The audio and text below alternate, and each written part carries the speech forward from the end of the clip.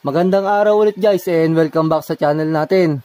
Ngayon guys, gagawa muna ako ng video na parallel na ilaw sa 4-way switch. Request to ni Sir Son Aquino de Fiesta.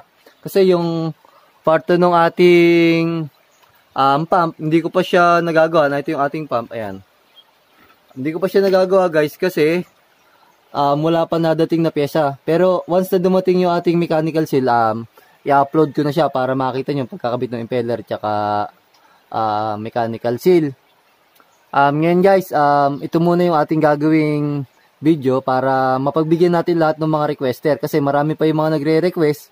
Utay-utayin ko lang po muna kung ano yung mga may pyesa tayo. Kasi nga ngayon, mahirap makabili ng pyesa. Guys, before tayo mag-start, pakita ko muna yung wiring diagram nya. Para hindi na kayo medyo malito. Ayan.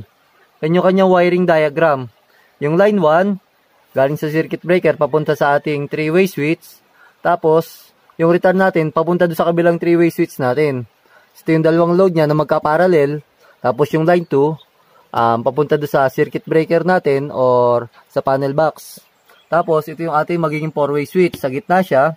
Kasi basta tayo maglalagay ng 4-way switch, laging sa gitna ng dalawang 3-way switch. Kahit sobrang dami, kahit mga 10, 15, okay lang yun. Basta magkabilang switch natin ni 3-way, walang problema yun guys. Okay, start natin yung pag-wiring.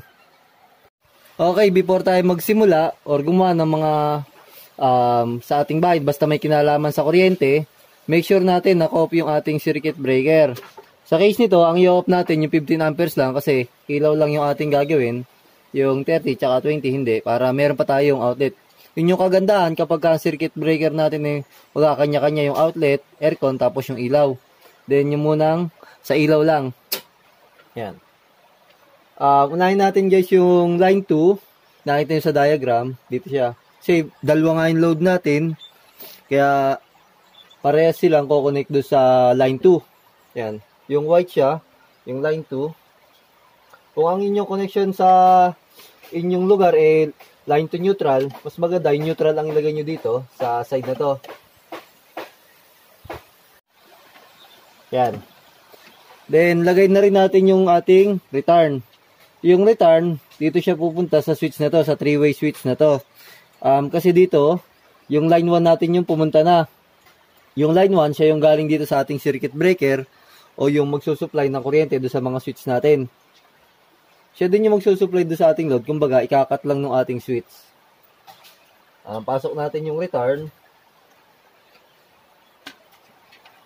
Pagka kayo magpapasok ng gantong wire sa, lalo na pag actual, hindi pwede yung gantong paisa-isa. Mas maganda, sabay-sabay niya. Kasi, pagka paisa-isa, number 1 dyan, mahirapan kayo. Then, pagka may laman na yung PVC, yun, mahirapan na kayo magpasok ng another wire. Kaya pag sa actual, sabay-sabay niya, kaya dapat alam nyo kung ilan yung wire na papasok sa bawat PVC.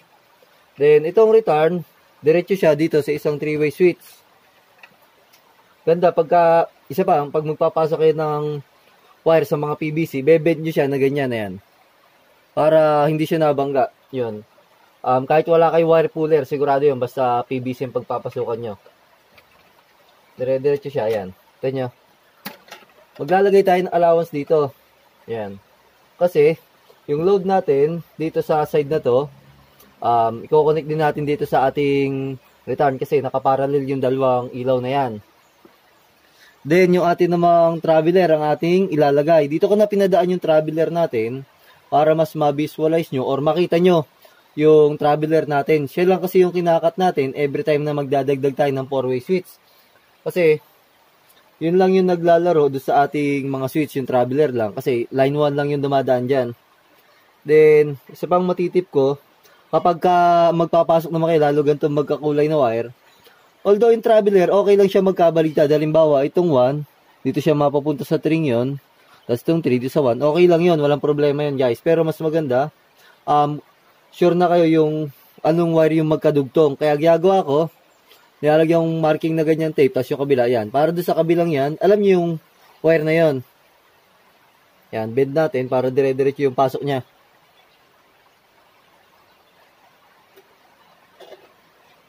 Kaya kita nyo, pagka nakabend yung wire, wala kayong hirap magpasok.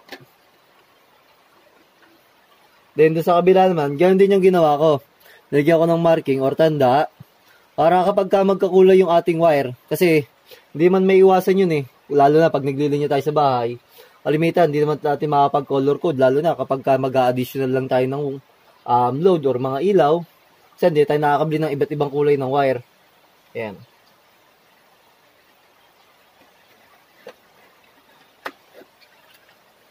Yan, bali ito lang yung traveler. Yan lang yung maglalaro do sa ating switch, tsaka do sa 4-way switch natin.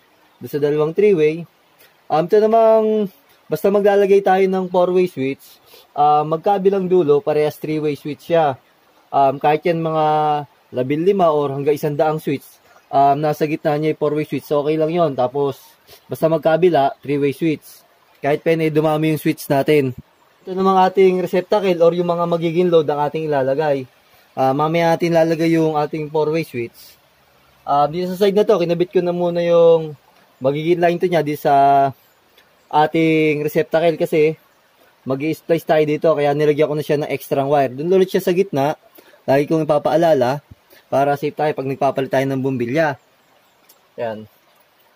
I-splice muna natin yung line 2.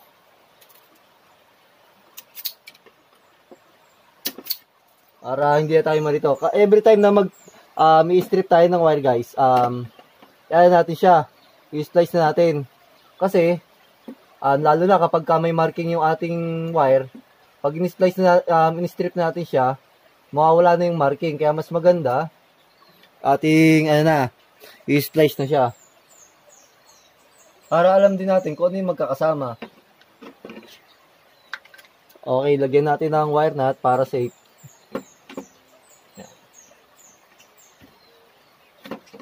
Yan. Then, ito namang return. Yung return, connected sa load na to, papunta rin sa switch or sa 3-way switch na to.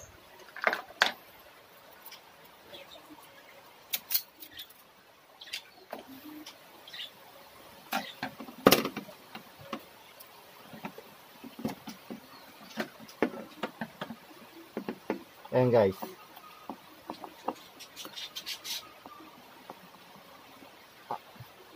Make sure lang natin na maigpit para maiwasan natin mag-loose. Kaya kasi pag naglo-loose, nagbiblink yung ating bumbilya, then nag-i-spark yan dyan guys pagka naglo-loose yan. Tendency masudog yung ating receptacle or bukilya. Yan. Then ito naman kabilang load. Dito sa side na to, yung kabila naman yung nilagyan ko, yung ating return kasi yung return yung ating i-splice. Then kakabit din natin tong line to pero wala na siyang kasama, hanggang dito na lang siya. At natin siya.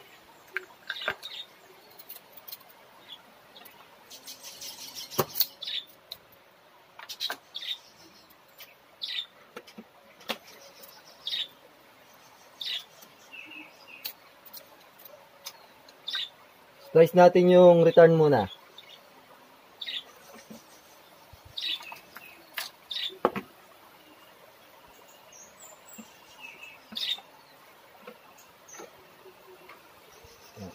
Kaya ini-splice ko siya, niiwasan ko nang magkaroon ng putol para dire-diretso yung ating wire. Baga, nakatap lang yung ating another load dito sa return. Wala siyang putol. Lagyan natin ng electrical tape. Pagka electrical tape naman gagamitin natin, make sure natin na mahigpit yung pagkakalagay natin. Ayan, hihilahin nyo siya. Then habang iniikot nyo siya. Mas maganda, kung anong kapal ng ating insulation ng wire, siya rin kapal ng ating electrical tape.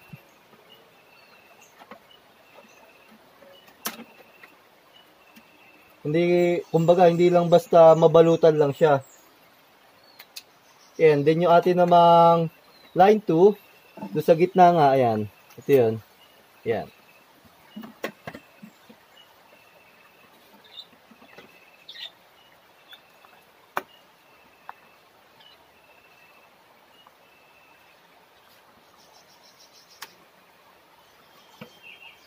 Okay, ito yung ating ilaw lang. Magka-parallel lang siya. Ito nga yung request ni Sir Son de Fiesta. Yan, magka-parallel lang siya guys. Kabit ko na siya, then ito naman switch ang ating i-install. Focus naman muna tayo dito sa dalawang 3-way. Unahin natin ito ikabit, ipanghuli natin itong ating 4-way switch. Yung 3-way natin, ayan. Ito yun. Yung 4-way, 3-way, iba siya doon sa ordinary switch or sa single switch. Medyo siya, hindi siya kagaya nung mga single switch. Meron siyang feature na iba doon sa ating single switch. Ito yung 3-way switch natin. Doon sa mga nagtatanong kasi, iba pa rin yung 3-way doon sa 3-gang. Pag sabing 3-gang, tatlong switch sa isang plate. Ito naman, 3-way switch, talagang 3-way switch lang siya. Ganito yung 3-way switch. Yung 0, or yung ating line 1, kagaya doon sa ating diagram, ayan. Dito natin siya ilalagay sa 0, yung line 1.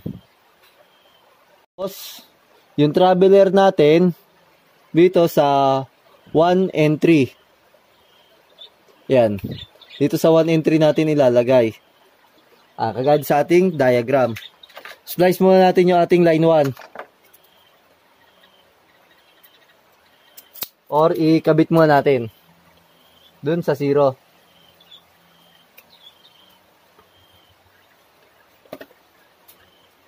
Tapos, yung traveler natin, ngayon, di ba nga, sabi ko, lagyan natin ng marking. Yung marking natin, doon natin lalagay sa 1.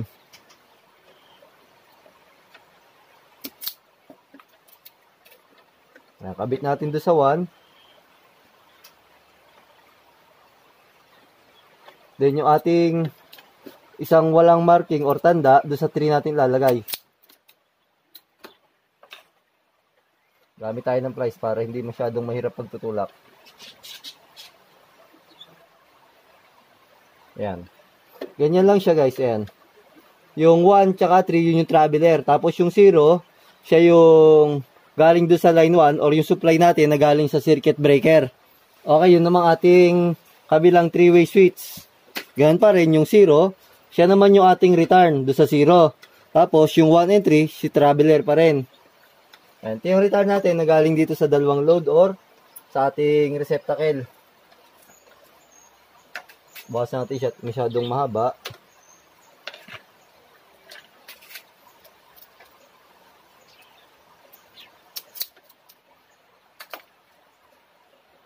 Doon sa 0, itong ating return or yung galing sa ating receptacle. Return yung tawag doon sa galing sa bukilya o receptacle na papunta sa switch. Yan. Doon sa 0 natin lalagay. Then, ganun ulit. Sa 1 and 3, yung ating traveler. Ayan. Sa 3 natin ulit lalagay itong walang marking or tanda.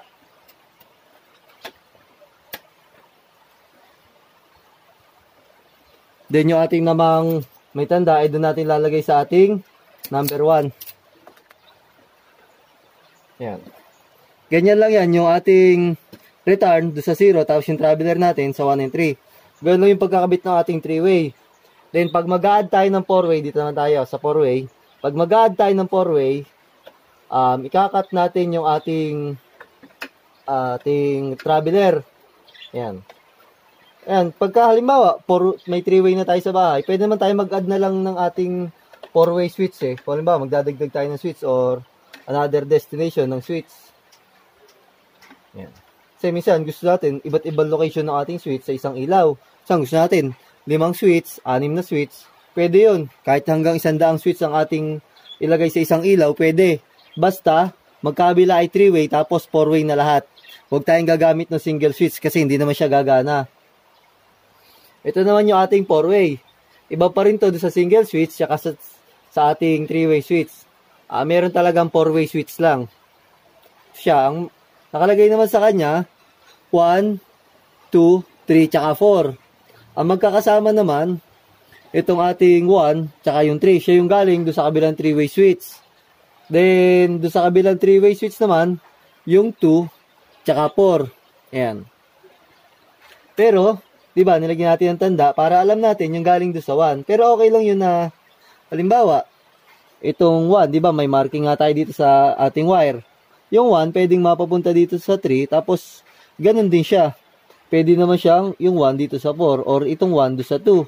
Okay lang yun, walang problema yun. Basta, ito lang dalawang to, yung 1 tsaka 3 galing do sa kabilang 3-way switch, then yung 2 tsaka 4 galing do sa kabilang 3-way switch. Hindi pwedeng si 1 tsaka si 2 galing do sa kabilang 3-way switch. Hindi pwede yon kasi hindi gagana yung ating 4-way switch. Mabuhay man natin yung ating ilaw, pero hindi natin siya, kumbaga, yung normal na pwede natin siyang patayin or buhayin do sa ibang side. Kasi pag nabuhay natin siya, may tendency yung current natin cut do sa kabilang side. Pag pinatay natin do sa kabilang switch, hindi siya gagana. Kaya kailangan yung 1 and 3 do sa side na yon.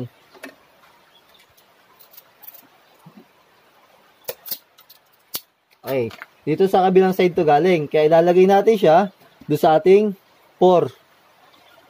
Ito siya guys yung likod ng ating 4-way switch. Yung 2 tsaka 4, yung 1 tsaka 3. Yan. Kabit ko na muna siya do sa 4. Ito yung galing do sa number 3 natin na 3-way switch.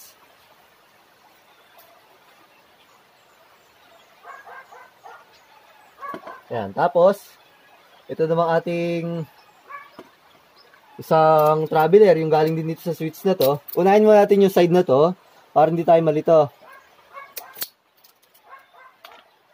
Doon siya sa 2, yung 1 yun. Ito yung may marking nga, yan.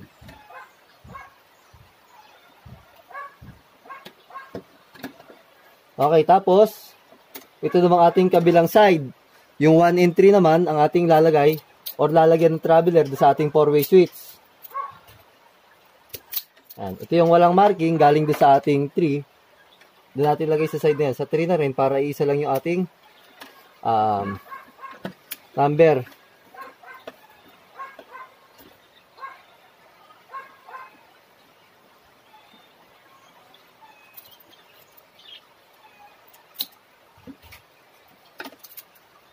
Yun naman ating isang traveler. Last na to.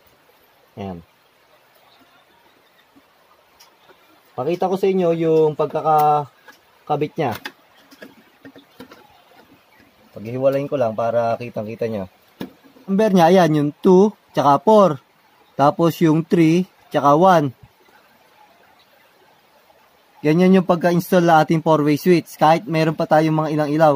Sa ilaw naman natin, or load, nakaparallel lang siya. Pipix ko lang tong ating mga switch, tapos lalagyan ko ng bumbilya para matesting natin at kung makita natin kung okay ba siya or nagana. Meron na siyang bulb, nilagyan ko na. I-on na lang natin yung ating circuit breaker para matesting natin. Ayun, may nagtatanong kung yung bulb kakayanin na ating switch. Kayang-kaya kasi yung ating bulb switch naman 10 amperes. Kahit yan 10 watts, kayang-kaya yan guys. Try mo natin yung ating 3-way switch. Ayan. Sabay silang nabuhay kasi nakaparallel naman sila. Then pwede natin siyang i-off dito sa ating 4-way switch. Ayan. Ito kasing 4-way switch, kalimitan ginagamit yan sa mga hagdan or mga hallway pagka lalong malalayo. Diadamihan natin yung switch para mabilis natin ma-access or mabuhay patay yung ating ilaw. Ayan. Pwede natin siyang i-on off sa bawat switch na yan. Pwede natin siyang i-on dito or nakaliban na tayo sa kabilang side ng hagdan, i-off naman natin. Yun yung purpose ng ating 3-way switch saka 4-way switch. Halimbawa nga sa hagdan, tiyataban na tayo makiat, kailangan natin patayin yung ilaw, pwede natin sa isang switch natin buhayin or patayin. Ganun lang yan guys. And guys, sana nakatulong na naman ulit ako sa inyo ngayon at meron na naman kayong natutunan sa bidyong to. Sana po lagi nyo panoorin ang video ko at like nyo na rin, share nyo na rin at click nyo na rin po yung notification bell para lagi kayong updated sa mga video ina-upload ko. At kung hindi pa po kayo nagsusubscribe sa channel ko, subscribe nyo na rin po. At maraming salamat po sa inyong lahat at sa walang sawa nyo pong pagsuporta. At shoutout nga pala muna sa mga taong laging nakasuporta sa aking video. At God bless po sa inyong lahat.